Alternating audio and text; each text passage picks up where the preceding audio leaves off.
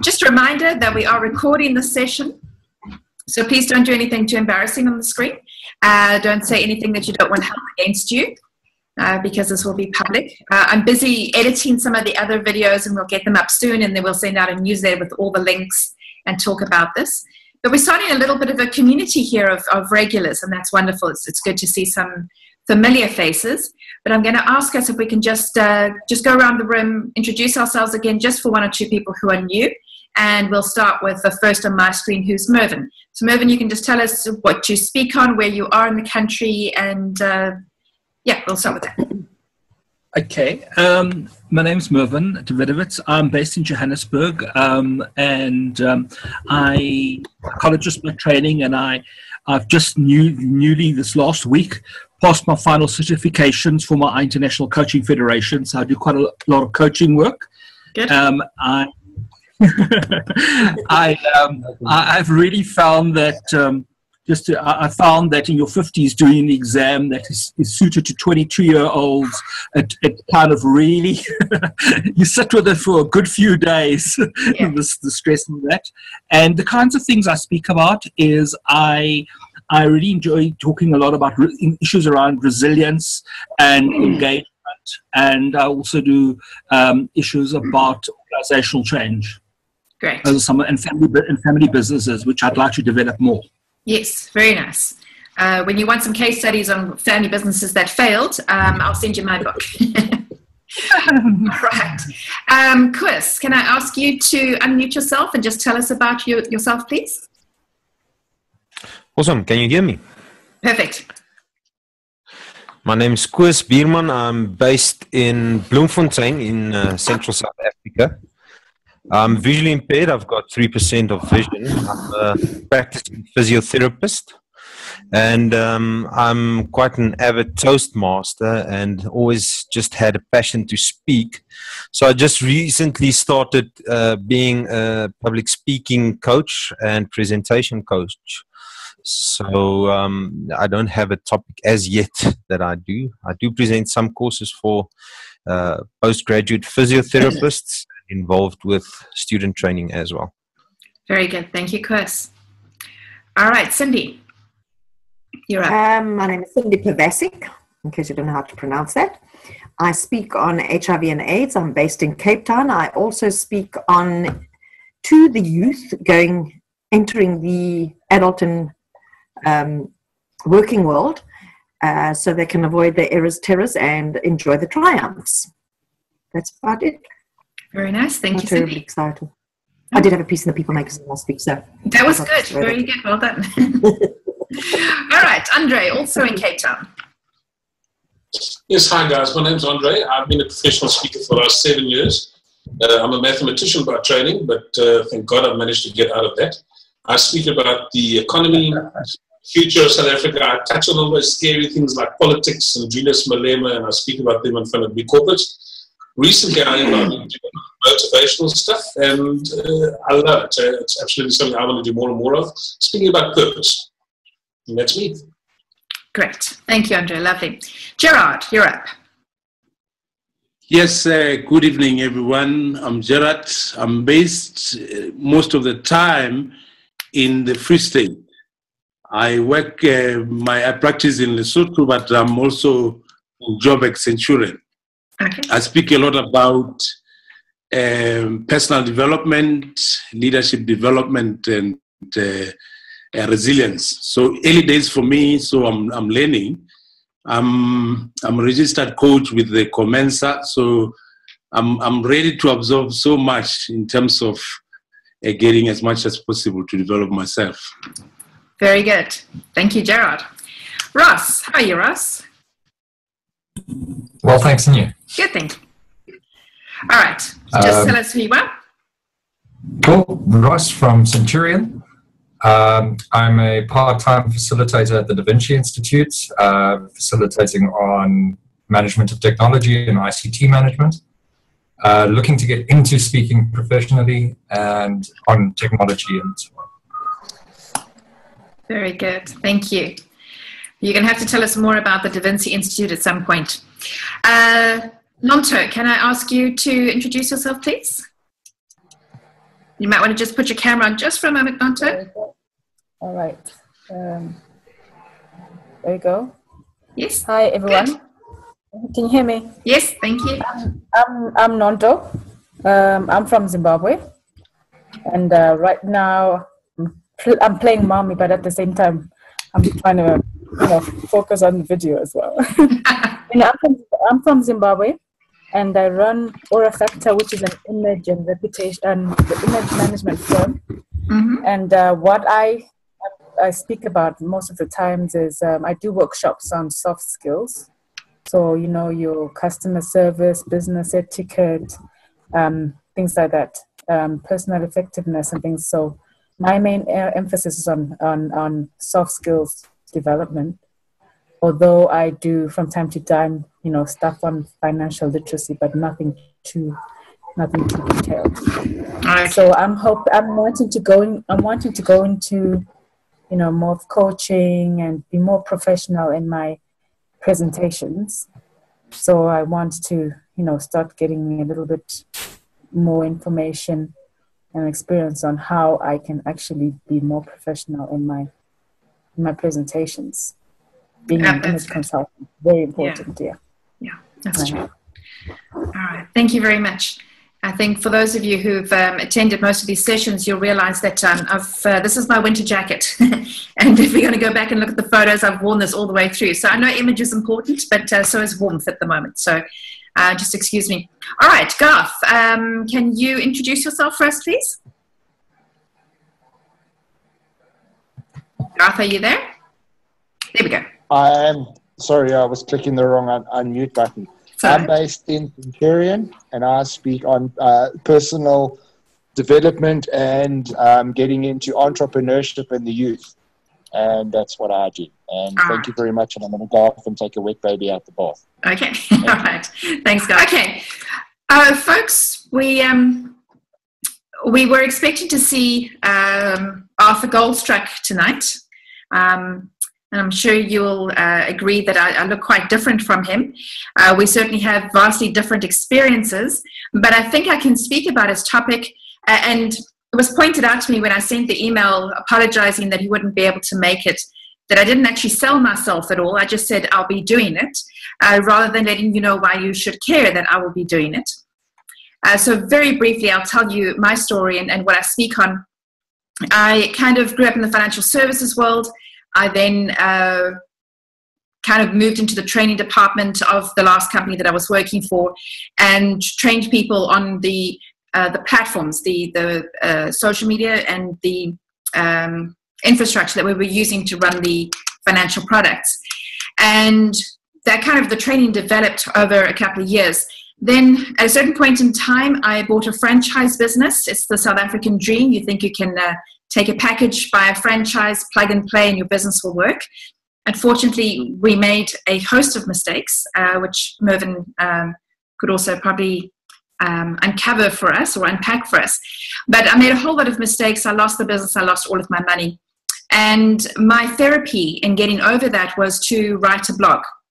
So I'd wake up at 3 o'clock every morning, start writing about the mistakes that I'd made. And the blog was called 50 Lessons Learned on the Way to Business Failure. And I wrote about the mistakes as well as the positive things, the positive things that I'd uncovered. And it really was powerful. And I shared it as a blog. And I had obviously no money to market myself. So I used every social media, every online tool to draw attention back to what I was doing and to let people know about the story. I turned the blog into a book, and I had somebody who kindly helped to sponsor my first print run of my book. But what I was trying to do was to market the book for sales and to market myself as a speaker to speak on this topic. And I was really enjoying that. It was a very difficult, painful time, I'm not going to lie. But what was interesting was during this process of trying to get people to pay attention to what I was talking about, more people came back to me saying, how are you using social media? We like what you're doing. Can you teach us? So I started teaching people. My first courses were like 2 hours long because that was all I knew. And over the years it's developed. So I probably have about 7 full days worth of content that I could present, in a row without kind of repeating anything. as it turns out, I don't want to say that I'm old, but I don't have the energy quite to keep up with all the social media and all the technology. Every time I present, I have somebody who's in the audience who comes to me and tries to show off. Have you heard about Periscope? Do you know about this? And honestly, there's a new thing every day, and I can't keep up with everything the whole time. It's exhausting. So I decided to focus my attention rather on what I thought was the priorities. And we're welcoming Craig there. Hi, Craig. We'll come back to you later on. So I wanted to focus on the priorities. So from the beginning of this year, I've stopped training companies on general social media, and I just focus on LinkedIn. I do LinkedIn public courses. I do LinkedIn online courses. I do LinkedIn in-house for companies. And that's the only work that I do besides my speaking and my speaking. Hi, Craig. We'll come back to you just now. But my speaking, like some of you, is also relatively new. It's going through a process. I don't want to be talking about my business failure forever. And while I know entrepreneurs are really important, I am developing other material. And I've also, like Mervyn, gone back to study. I'm at Varsity trying to study a futures course. And yes, writing exams after being out of practice is really hard work. So I've been using social media extensively. I've been using LinkedIn, and I still consult to a couple of companies about these issues. And what I want to bring to you today is just a bit of a picture of how you can approach your online presence, especially if you are relatively new and you want to get started. You might feel like you've got to go in 10, 20 different directions. Everybody will tell you this is essential. How can you be a speaker without that? So I just want to talk practically about some of those, and then we can have some questions afterwards. And I'm probably going to regret this because I don't have a lot of time. But after we're done, if you want to send me your website link or Facebook page or something and ask me a few questions, I'll be happy to help you. I love to see speakers actually making progress. But let me just tell you just a couple of pictures that you can use that I think might be helpful.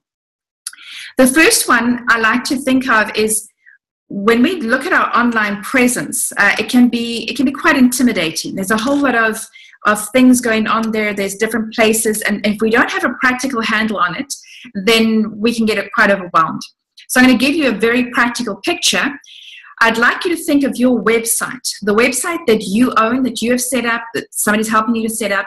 That is your virtual head office. It is your head office, and if anybody wants to know about you as a speaker or your topic, they're going to come to your head office.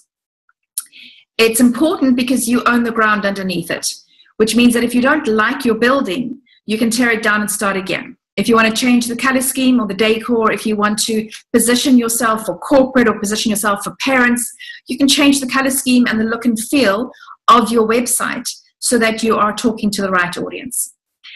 If your virtual head office is found on your website, then what is all your social media? Your social media are your virtual sales offices. Facebook, LinkedIn, Twitter, YouTube, Pinterest, Instagram, anything else you want to come up with. Those become your virtual sales offices. So if we want to do a picture here, say we've got a head office and we're selling surfboards, and the head office is here in Cape Town, and we've got a sales office in Durban and one in Johannesburg and one in Bloemfontein. I'm pretty sure that the sales offices in Bloem and Joburg are not doing necessarily as well as the ones in Cape Town and Durban. However, there might be a very strong contingent of people, of young teenagers, who absolutely love surfing, and they will go to the Johannesburg sales office so that they can buy their surfboards and they can talk about surfing and they can wait for their opportunity to get, on a plane or a bus or on a car and go down to the coast and go surfing. But they need to have a sales office near where they are to keep them excited and involved. And then they're going to go down later on. And they might pop into the head office if the head office is important enough. But if we look at this objectively, we might say maybe the Bloemfontein office isn't going to work. It's not that we don't like Bloemfontein, it's just that there aren't enough surfers there. So we can make a very objective decision to close down the Bloemfontein office without saying it's about Bloem. No, it's about objectives. It's just not working. So when people come to you after you've made a strategy about your online presence and they say to you, why aren't you on Google+? Everybody's on Google+. You should be on Google+, and you should be on Instagram. Everybody should be on Instagram. And then you say, you know what? We have a business strategy. I don't have the capacity to open up another sales office in Instagram at the moment. It might be a good idea, but it's not part of my strategy at the moment. But I will revisit it, next quarter or whenever it is. But you don't need to make a knee-jerk reaction. You don't need to say, I don't get Twitter. It doesn't make sense to me, so I'm not going to do it. Well, actually, it might be a good idea, but let's understand why. So just thinking of them as virtual sales offices allows you that distance from that particular entity so that you can make some better decisions.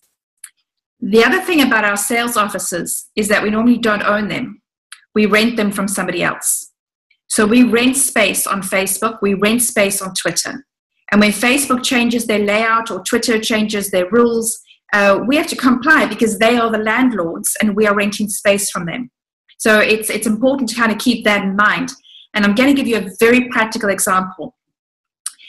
The other night, I logged onto Facebook just to see what was going on, and I got this great big alert on the front of the page before I could even see what was going on in other people's lives, telling me that my one page for LinkedIn Coach, it's a website that I own and a Facebook page related to it, my Facebook page for LinkedIn Coach has been taken down because it violates somebody else's intellectual property. So a whole lot of things happen simultaneously. It's like, what have I done wrong? Now I'm in trouble. They've taken this away from me. How am I going to market? So it just took a little while to kind of calm down from that. At first, I thought it was LinkedIn, the actual company, the actual brand, was doing an exercise where they were cleaning out people who were using their LinkedIn brand. As it is, I have a relationship with LinkedIn, the company. I have a contract with them to do certain things. They know about my Facebook page and my Twitter account, and it's never been a problem. And then I went onto LinkedIn and I started looking onto Facebook at least, and I started looking for other things. And I found other company pages that still have the LinkedIn branding, such as somebody called the LinkedIn Lady, and somebody else called Mr. LinkedIn, and somebody else called LinkedIn Advice. So it wasn't LinkedIn telling Facebook to remove anything called LinkedIn. It was very, very likely somebody else somewhere in the world who thought of the same thing that we did. Oh, I should call myself the LinkedIn Coach. And that person set themselves up, set up a business page, discovered mine, and reported me to Facebook. And Facebook listened to the other person and shut down my page. Now, what that means is my landlord has just evicted me. And they've evicted me wrongly because I have a website called LinkedIn Coach, which I own. The branding has been going, the Facebook page has been there forever.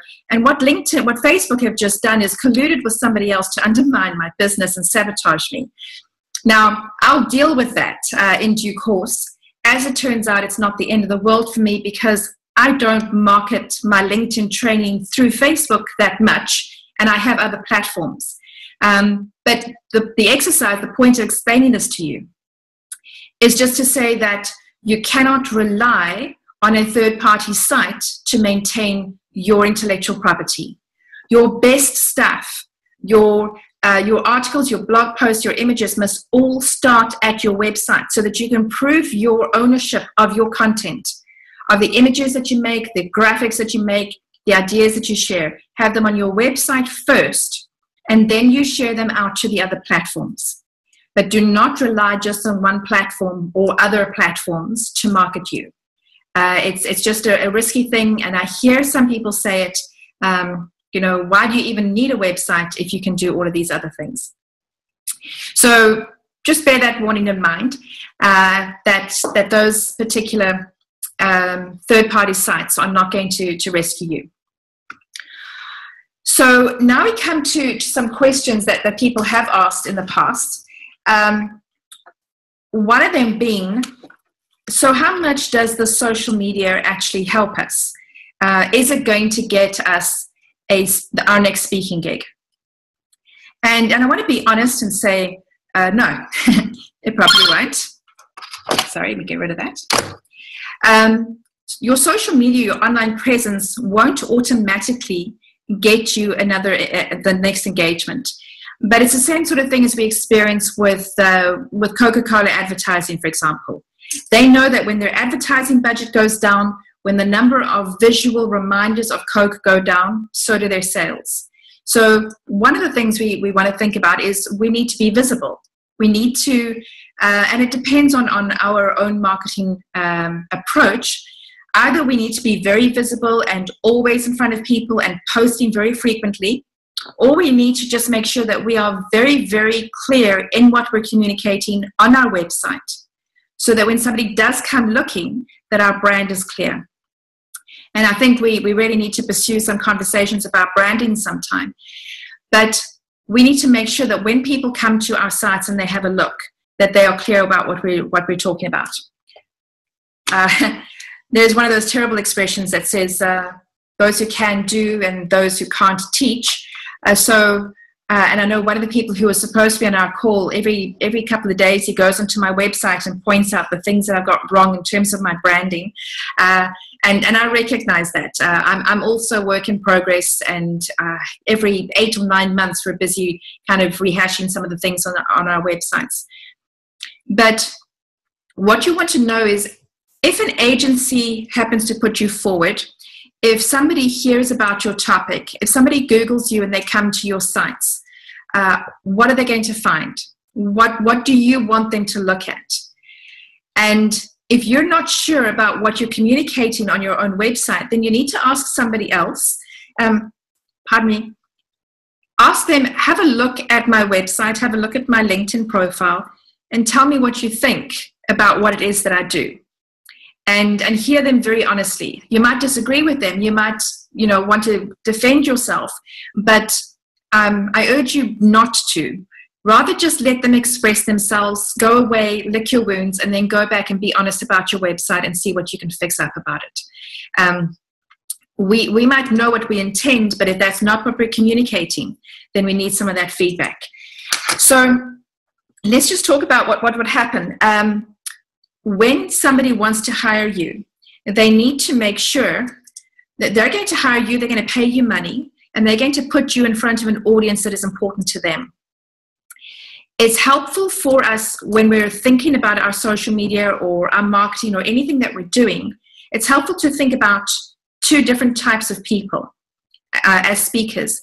One is our client, either the agent or the company or the PCO that comes to us and says, please, can you speak at this event?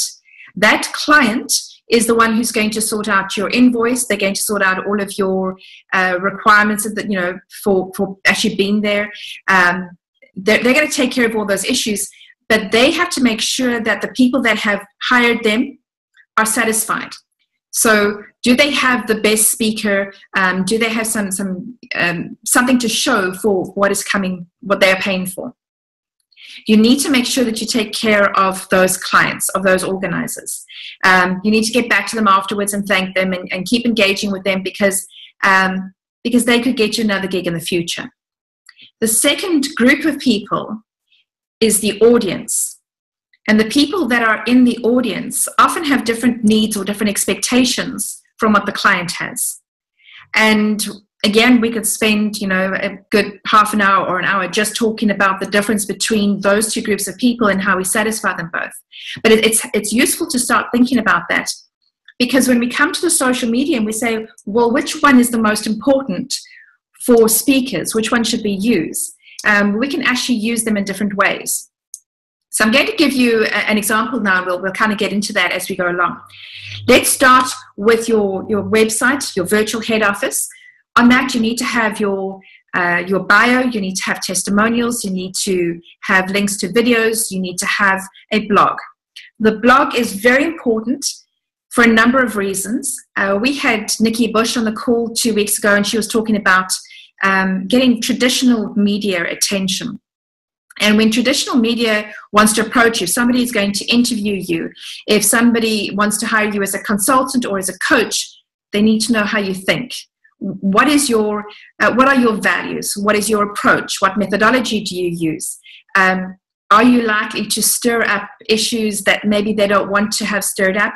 Or do you have a novel, insightful approach to something that is so important that they cannot wait to have you at their next conference?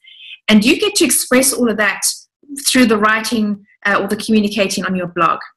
Another thing that I personally find a blog to be very valuable for is that it helps us as speakers to clarify our thoughts. Very often, because of the work that we do or the people that we communicate with, when we sit down and we have conversations, we get familiar with, we get used to saying certain things. When we have to sit down and communicate our thoughts and our words into written words, it really, really challenges us. And on a number of occasions, I found myself halfway through a paragraph or a sentence thinking, I don't really believe that. Or I know that I've said that half a dozen times, but is it true?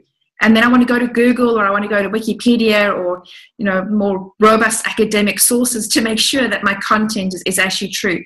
When we sit down and we write our blog posts, we are challenging ourselves to be better speakers, to be better, more professional thought leaders. And for me personally, I would advocate your blog as really incredibly important. So then what are the other social media platforms for?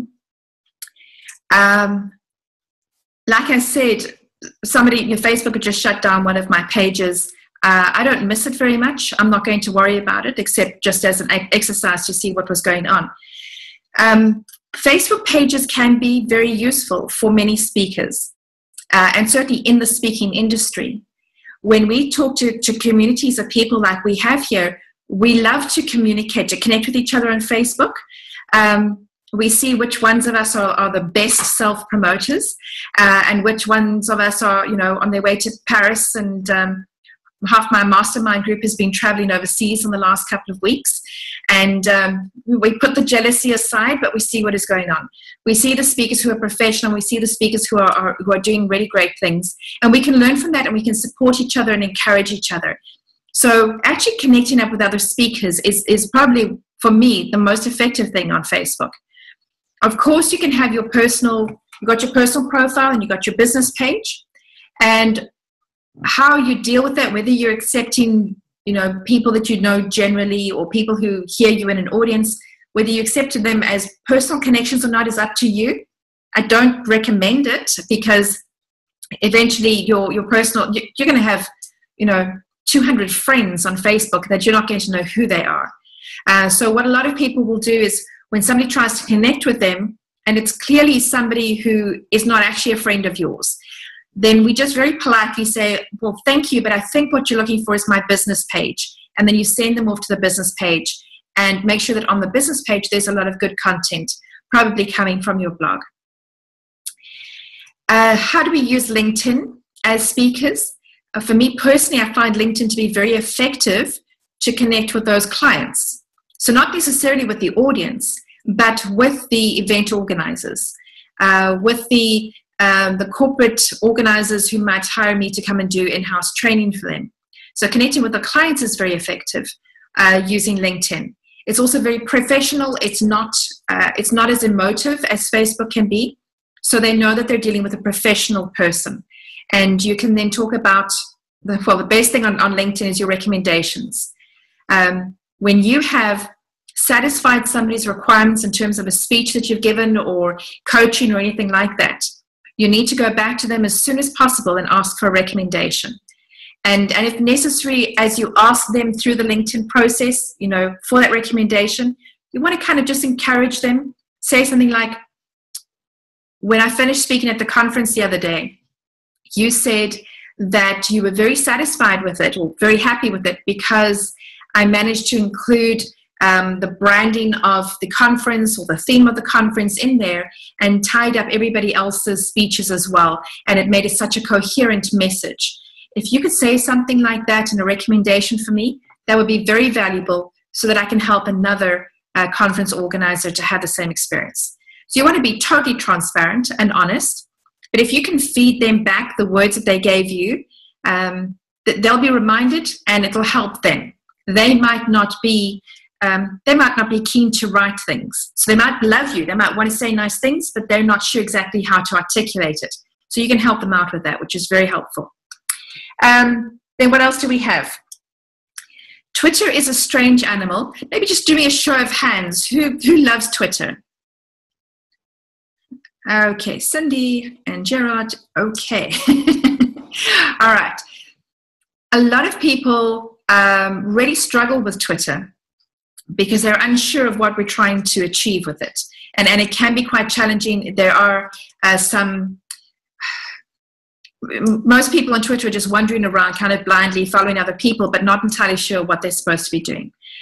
Twitter for speakers, however, is very, very effective during a conference or in preparation for a conference. And personally, I see that working best during that time than any other place. So, for example, if you're going to a conference and the conference organizer has prepared a hashtag, a code on Twitter that pulls the whole conference together, if you're preparing, then contact them and say, please tell me what your hashtag is, so that when I post something from my blog onto Twitter, or when I post on Twitter that I'm coming to the conference, or that I'm looking forward to seeing the other speakers, then I'm trying very hard to mute this other person. Then you can use that hashtag so that they can find out what is going on. Now, YouTube is incredibly important for speakers. A speaker agent or a conference organizer is going to feel very, very insecure hiring you to speak if they haven't heard you speak, seen you speak, or they don't have a very high recommendation from somebody else. Now, it's unlikely that they would have necessarily seen you before, not everybody.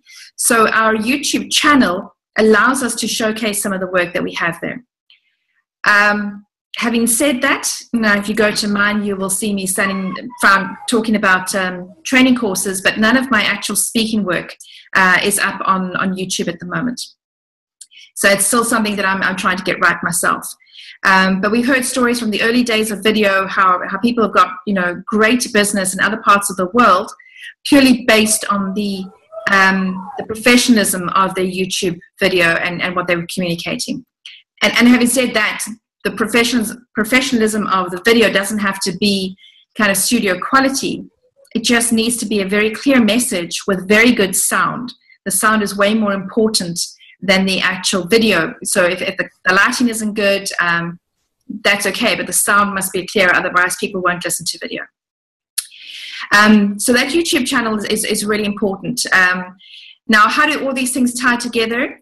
You need to do a little exercise so that when we come to your website, to your virtual head office, we can see links to all of your social media places, because one person's going to want to follow you on Twitter and somebody else is going to want to follow you on Facebook.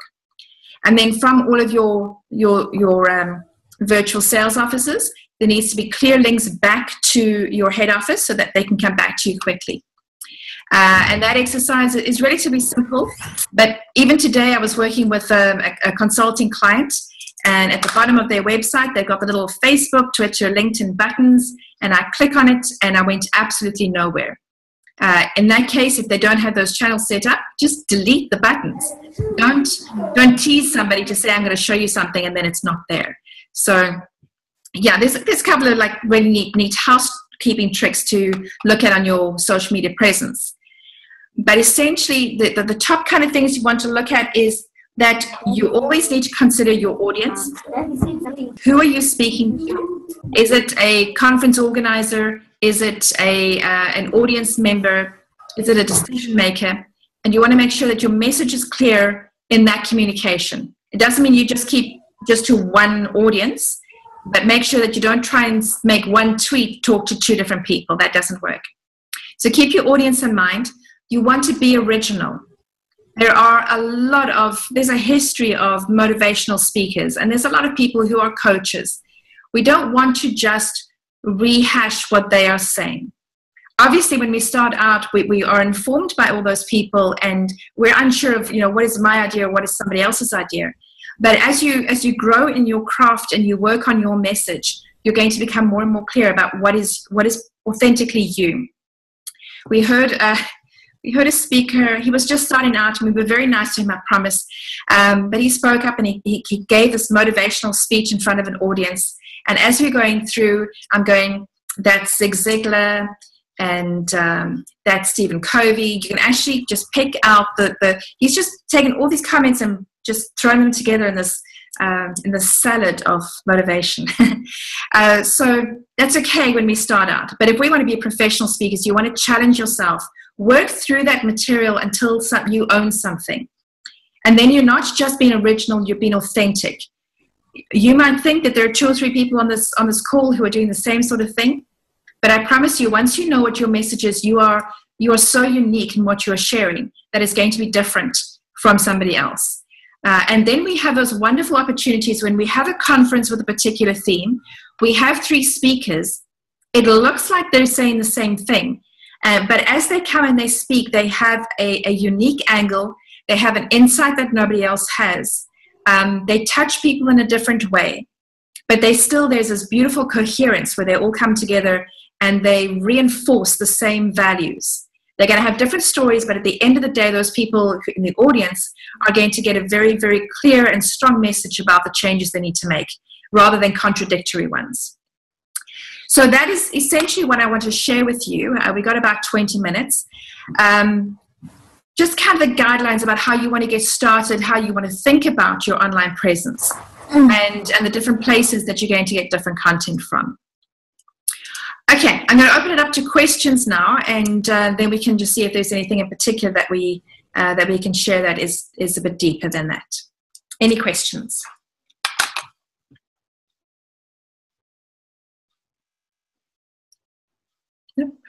Craig? I can't tell if Craig is there because it's not a picture. I'm back there. Sorry. Hi, that's right. Just temporary. All right. Craig, do you have a question, or anybody else got a question? Cindy, you must have one.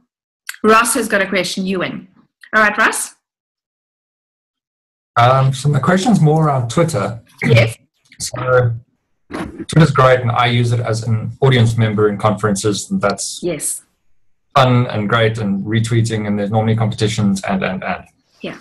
And a lot of the people I follow on Twitter tweet when they are speaking at conferences and things like that. But what's your view on the in-between between those conferences? Because I personally don't use Twitter outside of conferences and things like that. Yeah. I find it a pain, it's diluted, that's my view of it. How do you manage it in between? Well, I'd like to answer, but Cindy seems very keen to say something, so let's see how she responds to that. Is it about Twitter? Yep. Okay. I do use my Twitter, but what I've abused it is by connecting to celebrities as much as I can. I must say that those that actually retweet me, and people that are very active on social media, on Twitter, I'm very specific, pretty specific about what I post, but I've also linked my Twitter up to my Facebook and my LinkedIn account. So anything that I post on there automatically goes to my Twitter. Mm-hmm. But yeah, I do post stuff that I know at times that is going to be retweeted by somebody. So that's just my little 5 cents worth. That's good. Thank you, Cindy. All right, Ross, one audience that we find that, really does enjoy Twitter is media, journalists. So we were talking with Nikki Bush the other day about getting media attention. If that is part of your strategy, really trying to get somebody's attention, or perhaps ahead of launching a new keynote or ahead of being in a particular conference, then you might want to reach out to particular journalists or media people in that particular sphere and connect with them. They'll probably connect back with you. And you could even be so bold as to follow Cindy's example, that you could connect, you can tweet them directly. So you can mention them publicly and draw attention to the work that you're doing. Now, obviously, those things are sometimes bold, they're sometimes uncomfortable, but they can work. If you know that somebody is on the radio talking about an issue and you know you can answer that issue, and you publicly tweet them, they're watching, they're looking at their tweet feed while they're waiting for, during the ad breaks or anything like that. And you could get great opportunities that are very effective. Cindy wants to add something. Yeah, I'll just use an example because you seem so reluctant. I was fortunate enough again to have this piece in the People magazine, and the journalists, Charlotte will tell you, we signed up to media alerts, and I just send when I see something that looks relevant, I will send to them with the hope that they'll add me. And what they do is, when they do post the article, because they need content just as much as what we want visibility, and when they posted to their Facebook page, I went and found the piece and I reposted it to mine. They started to mention me, my speaker page, from my Facebook page, and I tweeted with their name on my when I reposted on my Twitter account as well, and they shared and liked. So it just spreads that visibility a hell of a lot more. Yeah, very good. Thanks. All right, there's a couple of kind of levels, and I normally talk about this in terms of LinkedIn. When we go onto online platforms, we can be passive. So we go and we create our place so that when somebody goes to that shopping center, they're going to come across your store because, you know, they're walking past it. So it's passive. You are there. Your branding is correct. They can find information. They can contact you. The next one is to be proactive. And that is where, say, Ross, you're going to a conference and you tweet some things ahead of the conference, and you tweet some stuff during the conference, and you thank some people afterwards. But then in between, there's not much. And then the third level would be very purposeful. So that would be, you know, what Cindy is suggesting is that, you know, you have something that you want to draw to somebody's attention. So you find their account, you follow them, you mention them. When they post something, even on another platform, you go and find it and you recycle it. Every time we turn that content around, it's actually good for the original journalist who wrote something, because that's driving more traffic back to their you know, News 24 or whatever the website is. They're getting more attention. So that is very powerful. And they appreciate our support of their work. As long as we're not spamming them with, you know, every journalist with, you know, buy my new book when it's not relevant to them. We find the most relevant audience, the most relevant journalists, they will be grateful for that help. We are actually giving them assistance. Beyond the media, what do we do with Twitter between conferences? I will confess, like you, I don't go into Twitter. In fact, I very seldom tweet anything. The majority of the stuff that looks like tweets from me is content, like Cindy, that comes from my Facebook or comes from my LinkedIn or comes from my blog. Generally, I only tweet things when I'm demonstrating to people how it works. But if you do not need to have a sales office in every place. We haven't even talked about Instagram or Pinterest or anything like that. But if I do not have a sales office in Bloemfontein, I'm not getting any sales in Bloemfontein. If we do not have a presence in Twitter, then we're not going to see those people. They're not going to see our content at all. So sometimes it's worth it just letting that content go there passively. I'm really old-fashioned, so I don't go into Twitter to see what is happening. But if somebody mentions me or replies to me or sends me a direct message, I get an email. And then I go, oh, this email is important. I click the link, and then I go all the way through to Twitter, and I deal with it there. Please don't tell everybody that I do that, because it's a little bit shameful, but it works for me. I cannot keep up with everything. And I also have the other disadvantage of ending up managing other people's Twitter accounts. I'm not volunteering for any of you, but I manage some other Twitter accounts. I've got to remember who I am before I go into Twitter and retweet something. All right, so that was a good conversation about Twitter. Any other questions we have? Cindy does have a good comment here as well about thanking the journalists. They do appreciate that. Thanks, Russ. Anything else? Mervyn? Yeah. Charles, I'm just wondering, with regard to boundaries, because I find that quite a difficult thing, that it's just quite overwhelming in terms of constantly being available, constantly being in that space. And I just wonder what your thoughts are about either particular times or how one manages your own sense of self in a way that the platforms are part of your business strategy, and it doesn't feel like it's hounding a hounding experience where one feels, just out of control with that. All right, that's very good. I like to give this analogy. I was explaining it to somebody and I kind of got carried away. But have you heard the expression that we consume content? So, people put content out and we consume content. And we're also always producing content that other people, we want them to read, we want them to be aware of. And I kind of then, thinking about, diets and healthy eating and everything else, so it kind of got carried away in my head. We want to put out content that we want other people to read. We want to get attention. But if we are just retweeting everything that comes into our newsfeed and reposting every little motivational picture that is on Facebook, it's like just consuming candy. It's like a whole bag of rubbish chocolates and sweeties that don't even taste good, but they're there, so we keep eating them. And it gives us indigestion and anybody who's following us.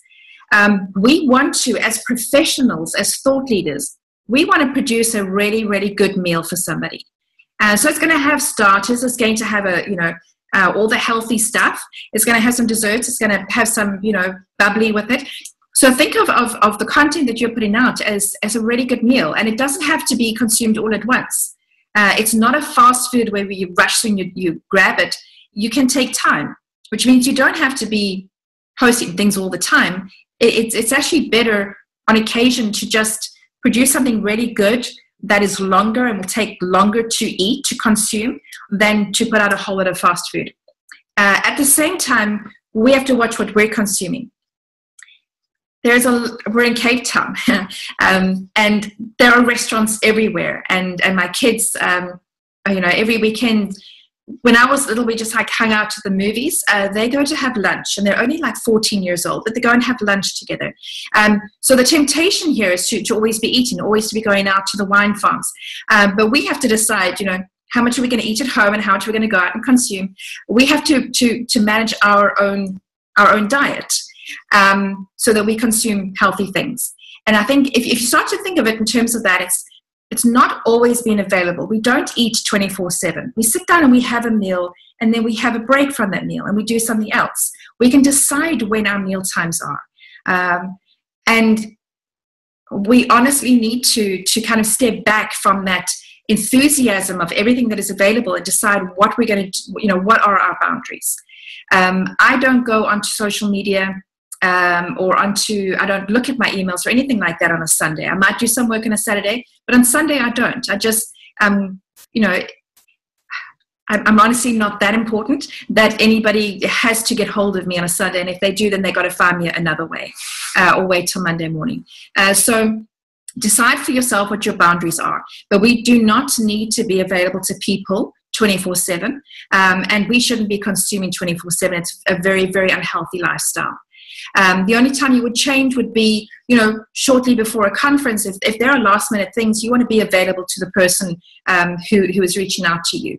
And that might, you open up a little bit more during that time. But the rest of the time, I'm saying social media is great, but we can step back and make a better decision. Hope that helped. Thank you very much, yeah. Maybe I went on and on a little bit because I haven't had dinner yet and I kind of missed lunch. So I'm really hungry. Richard's been cooking. All right. Andre had a question for us. Andre?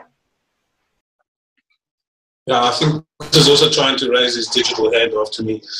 Two things. I really remember the talk we had from Liesel van der Westhuizen. Yes. Because I wasn't a huge fan of Twitter either. And then subsequently to that, I went and chatted to her, and she was telling me that she was on a system called Influential, which pays you to make certain tweets. Yeah. So I was, so they pay you $3 and $5. So I went and put myself onto it, and I get paid $15 a tweet now. Oh, wow. And that's quite good. And I have a small following on Twitter, a few thousand. And so for me, it's Ross, it's actually better than I thought it was. The one that Sylvia also said, I think, is absolutely amazing. I think the press really, really watches it. Yeah. And then the last thing I just wanted to add, there was one thing you haven't mentioned. I tried it out this weekend, was Facebook Live. Okay. Which is an online recording. As I start speaking, it basically sends a message to everyone following me that I'm live. And then also saves it on a video. I had a lot of response. I loved it. I think I'm definitely going to try more of it. The only thing is, make sure you've got lots of money, because it devoured about 250 megs in about 8 minutes. Yeah. So, but I think it's a new thing that I'm going to be trying out quite a lot. Okay. I'm going to comment about that very quickly. Facebook Live and Periscope on Twitter and things like Snapchat. The very interesting thing about these platforms is that they are immediate, and I don't know about Facebook Live, but with Periscope it seemed to stay for about 24 hours. But Snapchat, the kids use that all the time. When the conversation is done, it's gone. They don't it doesn't hang around. The beauty about Facebook Live is it builds up a repository of the library. Oh, does it? Good. You can get up to 30 minutes of recording, but it stays there permanently. All right. And what I like about it, so people can see it week after week, and every time it just accumulates likes and keeps selling itself. So it looks like it's going to be an interesting platform. That's good. It's a little bit like television, which I quite like. Yeah. Okay. Folks, experiment with these things. It doesn't take much to experiment with them and to play around. Make sure if you're doing these things that your camera is good. It's not sticking up your nose or something, which can be awkward.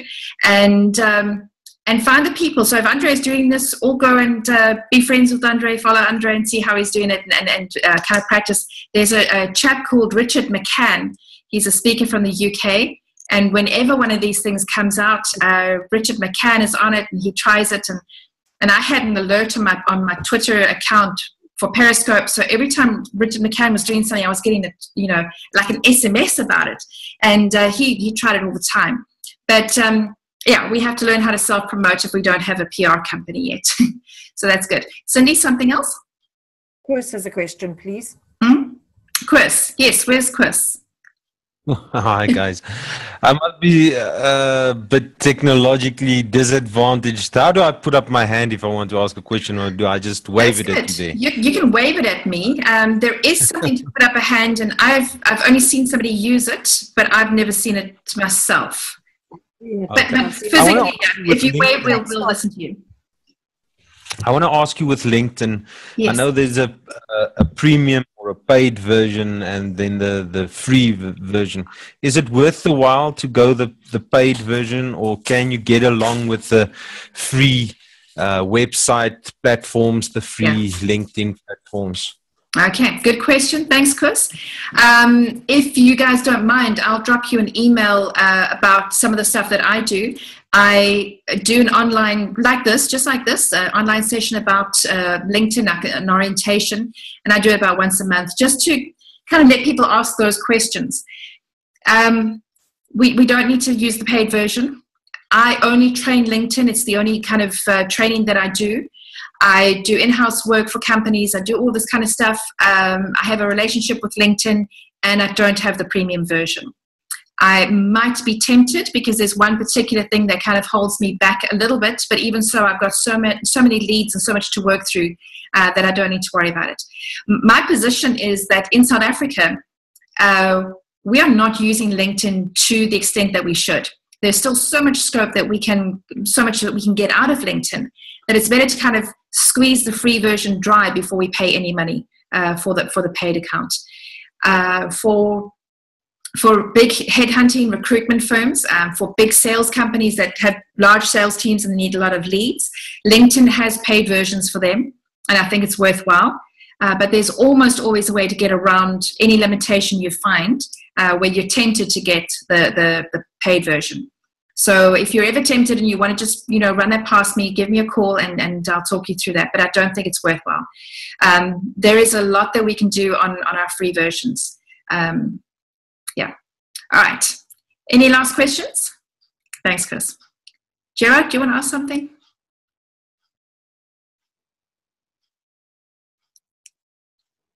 Not quite specifically, honestly. I think I have really enjoyed some of the questions that I've always had was how often do I need to post? And as you were saying, it's important to make sure that your menu is quite healthy. It's that not necessarily just this junk food and that kind of thing. So, so I was quite happy to hear that as well. So good.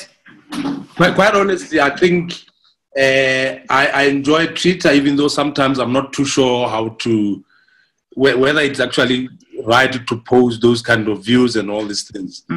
So I'm getting into the tribe, and I see, as you say, how important it is to make sure that all my online presence talk to each other in terms of my business strategy and complement my, as you say, my visual head office. Yeah. Okay, great. Thank you, Gerald. Thank you for the feedback. Raymond, we didn't have a chance. Yes. Would you like to speak? Just make sure you're unmuted. Hang on. I'll help you if you can't. Right. There we go. Good. Hi, Charlotte. Hi, Raymond. I think one of the most important things here is that I've been doing public speaking in the last couple of years, but in the meantime, I've just taken up a CEO position for a new startup company, which I'm trying to handle both. All right. But I find that the internet and the LinkedIn especially has given me a tremendous amount of tools to be able to make contacts to expand my business. But I don't have the time. So what I'm trying to figure out, if I can put a blog on one of the sites, can I transpose it into all of the sites like Facebook and Twitter, so that instead of me just spending an hour on LinkedIn and doing a blog, I would like to be able to cover the whole area. And I'd naturally create a blog which would be good for entertaining as well as being official. All right. Okay, that's a good question. I'm not entirely sure, because there would be two ways of approaching that. When we write our blog on our website, there's a tool called an RSS feed. It's a syndication. So we can syndicate it. We can send it off to Facebook and LinkedIn and Twitter, so that on those platforms we have the little featured photograph, the featured image that we have, the headline, maybe the first paragraph, and then a hyperlink. So I'm on Facebook and I've come across your blog post and I read the headline and the first paragraph. I think that's great. And I click on the link and I go back to your website. That is dead easy. How do I do it, and how much is it going to cost me? Nothing. You can set up a tool called Deliver It, and I cannot spell it because it's one of those ridiculous shortened names. And Deliver It, and you just Google Deliver It, and they'll give you the actual website. But you create an account and you say, here is the blog, and here's where I want it to go, and that'll work by itself. You just test it and then just keep an eye on it. But they'll send you an email if anything goes wrong, if the link breaks for some reason. So that's the first thing. What you don't want to do is write a blog post on your blog and then copy and paste it into LinkedIn and paste it into Facebook, or paste it onto any other website, because the algorithms are really, really good at being able to see the duplicate content. And then they'll say, well, that content has been on your blog post and now it's over here on LinkedIn, and then they'll penalize probably your website for the duplicate content. So if you really, the hyperlink is fine between them, that RSS feed, that is not a problem. But if you really want to write a blog post on LinkedIn and you've already written that same sort of thing on your website, then just give yourself a couple of hours or a day or two and write the post again, and you will write it differently enough for it to actually count. Because I think that's important. If I'm going to spend an hour or 2 hours a day on the internet, in between all of my business, I've got to be able to try and expose myself as much as possible. Because part of what I'm trying to do is the company's new, so I'm trying to give my 34 years of retail business experience, so the company benefits from my experience as well. Yeah, that's good. Yeah. All right. Yes, Andre. Raymond, just one thing that I've used as well, which has really helped me a lot, is Hootsuite. H-O-O-T Suite, S-U-I-T-E. And that allows me to do blogs and tweets and Facebook, sometimes weeks in advance.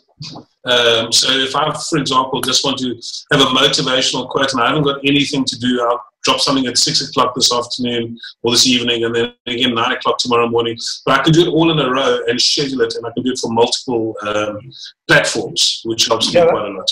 That would be fantastic. Time is so important these days. And, if I can do it at 10 o'clock at night and make it sure it goes out the following morning, it would be fantastic. Yeah. Well, try Hootsuite. It's free, and it's quite an effective platform. Yeah. Just to extend our metaphor, that's kind of like pre-cooking the meals and freezing them. All right. We need to wrap up now. Craig, I don't know if you want to say anything or ask any questions. Craig's on the iPhone. There we go. Hi, Craig. Hi, Dean. Yeah, sorry, I muted my camera because I needed to cook as well. So, but so I cheated while you all were talking, but definitely listening. I just want to say it's my first time on this, and I just want to say thank you very much because there great content there and lots of learning for us. So yeah, and from everybody, yeah, thank you very much for all of that. All right, Craig. Craig, where are you in the country? Johannesburg. Okay, that's good.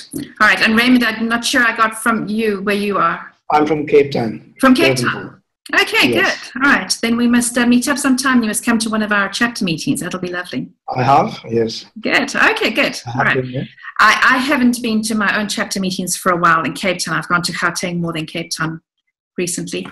All right. And I'm in trouble with Cindy. I'll send you an email just to give you some information I needed. Thanks. All right. Lovely. Folks, feel free to drop me an email sometime, send me a link to your website or something, and I'll have a quick look for you. It's been really good. I've enjoyed the questions, but I'm really hungry now, and Richard is looking at me with supper. So we're going to go. And our next speaker is going to be Francois Muscat, in 2 weeks' time, and he's going to be talking, I think, about Twitter specifically, which is going to be really good. He owns a website development company. He will talk about that, and we have some other speakers coming up. Also, please don't forget, in October we have the Monetizing Your Intellectual Property meeting coming up from the PSA, and that's going to be really interesting. We've got a whole lot of speakers. Not even our regulars, people from outside of PSA coming to teach us about this. And the point is now we're working out how to put our intellectual property online, and the next step would be how to actually make more money from that. So folks, thank you very much for this session this evening, and we'll catch up with you online. All right. Charlotte, have a wonderful evening. Enjoy the meal. Thank you, Raymond. Thanks, everybody.